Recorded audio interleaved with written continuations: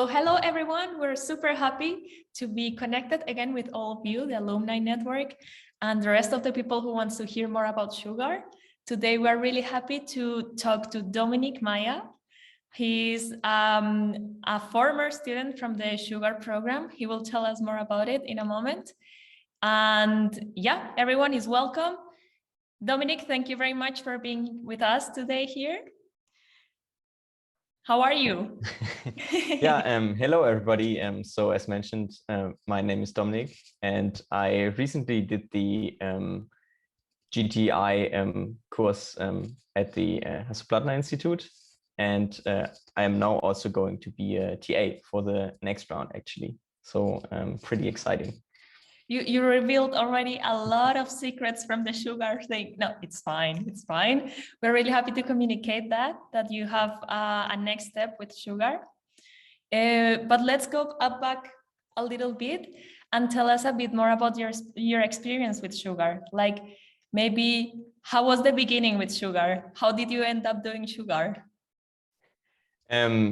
So there was actually a lot of people trying to get us into this sugar course here at HBI, where they asked, it's super nice, you get a lot of experience with corporate partners, also with other universities, and also obviously the possibility to see a little bit the world, so travel to different places, which was now unfortunately not possible.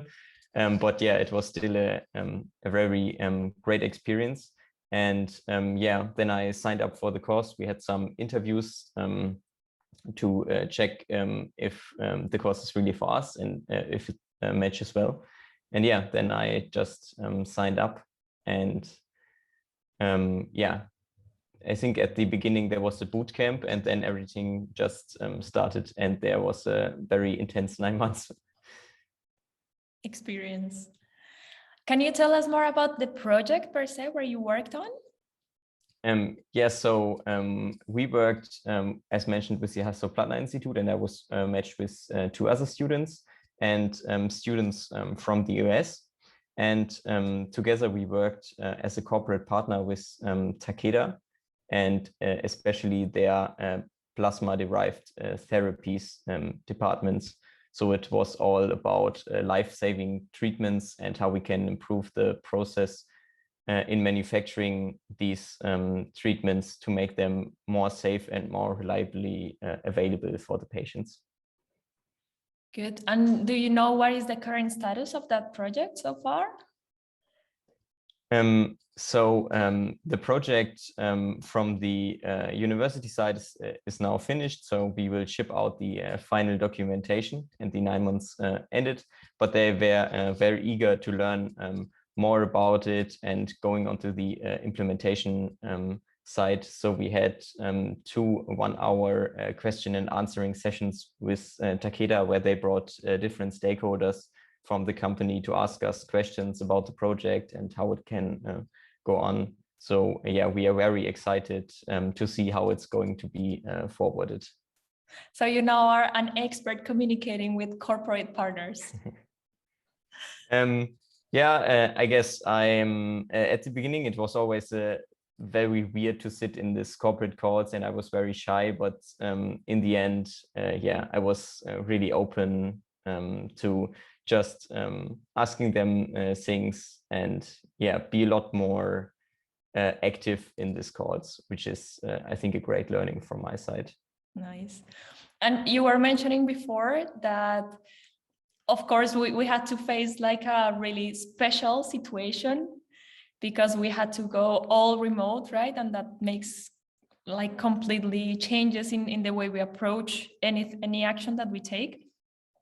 Do you have any specific or any special anecdote that you would like to share with the community in terms of having to work all the time remote, but at the same time having this experience with working not only with people from different countries, like students and teachers, but also with a different corporate partner? So it's obviously always easy to see the bad sides, that you can't meet the persons in person on the site and don't get so much of the experience on site, so not really feeling it, but it actually worked quite well to work around that. So we had just a virtual factory tour where we had the Zoom call, and the guy just walked through the factory and told us about it. And it actually made it way easier to communicate with all the people and work together, because as everybody was in this online setup anyway, it was much more common to do video calls, share your screen and everything. So the infrastructure was really great for it. I actually wouldn't have thought about this this video call thing to be normal beforehand, but now, yeah, it just felt naturally. And then also with the corporate partners, we could just work seamlessly together. So I think it helped us, especially for the teamwork between the universities, because if everybody is online anyway, then it doesn't matter too much that some of them are in the US and some of them are here. Yeah, that's true. And somehow one learns to develop the connection with people, even though it is through the screen, right? Somehow we get used to it. Yeah, I don't know. I think it's still better to be in person at some point, but yeah, obviously you get used to it very much. And we actually also had some teamwork calls at the beginning at the project where we just played some games online. So we really try to still have this team building aspect in, even though it was only online, and that worked quite well.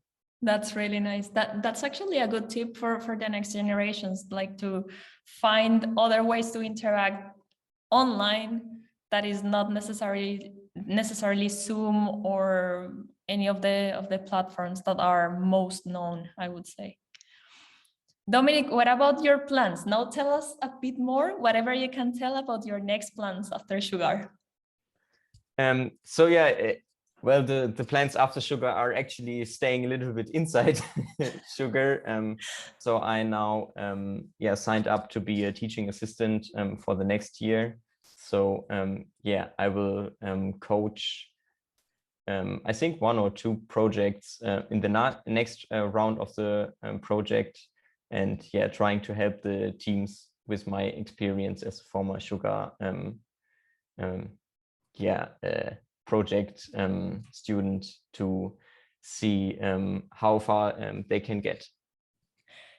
Could you share what was the main or any of the motivations that drove you to apply as a teaching assistant? So I actually really enjoyed the program, as though it was quite intense. At some parts, I had the feeling I really learned a lot. And I think the same will be true when helping as a coach in these positions. Yeah, because it's relatively new for me to do this coaching on a team based level. I did teaching assistants for some normal courses where you just correct assignments and everything, but this is way more intense, also working with the student teams. Yeah, and I hope to learn a lot, and also yeah, have great projects together with them. Hopefully that will be like it, Dominik. Maybe a last question before we close the call. So now you're ready to share some tips and tricks with the students. Are there some specific ones that you would start sharing now today with not even the students, but people thinking about joining Sugar? I think my main tip would be don't be too shy to network and ask everybody just what they're thinking, or just if they want to have a little talk, because there are actually so many great people in the network that yeah, it can also really help you with your projects, just knowing who to talk to. And yeah, even in this online setup, it's very easy to just close everything and just do the things you need to do, and you actually need to do active networking to get in contact with people. But in the end, it's very valuable, and it helps out in the long run. Yeah, that's a good one. Dominik, thank you very much for sharing all of this with not only myself, but with the rest of the community. We will see each other soon in that case. And if there isn't anything that you would like to tell everyone, then we can close the call here. What do you think? That sounds good. And yeah, feel free to apply if you think it's something for you, and then maybe we'll meet each other. Perfect. Thank you, Dominik. Bye. Bye.